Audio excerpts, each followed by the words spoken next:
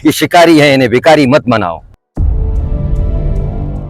कि कल मैं रहूं न रहूं मेरी नस्ल को कोई भीख मांगते हुए ना देखे। इसको आकर बाहर वाले भी इस्तेमाल करेंगे और हमारा घर तबाह कर देंगे।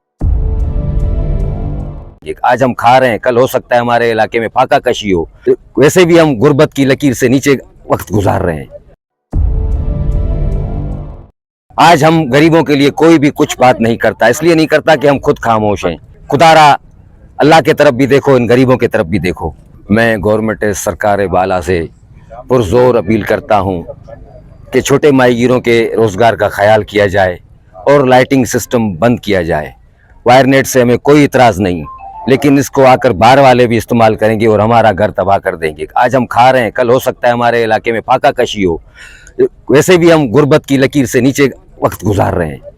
तेल महंगा है, राशन महंगा है, अगर हम कमा कर भी लाते हैं तो नज़र आता है, लेकिन हमारे घर पे नहीं जाता है।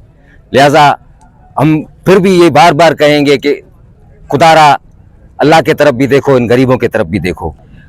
आज हम गरीबों के लिए कोई भी कुछ बात नहीं करता, इसलिए नहीं करता कि हम खुद खामोश हैं। इतनी आवाम को देखो, ये सब बोलने वाले हैं, लेकिन क्या करें, मजबूर हैं।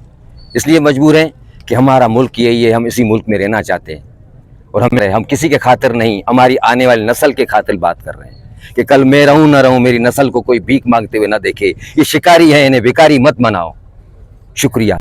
ये जो आप लाइट बूट की बात कर रहे हैं, क्या ये रिवायती माहीगिरी का एक तरीका है या नहीं नहीं नहीं नहीं नहीं नहीं नहीं उसूलों के खिलाफ एक जदीद तरीका बनाया गया है? ये वो सिस्टम है कि बोलते हैं कि कल अकल से रोजी कमाई जाती तो बेअकल सारे भूख मरते।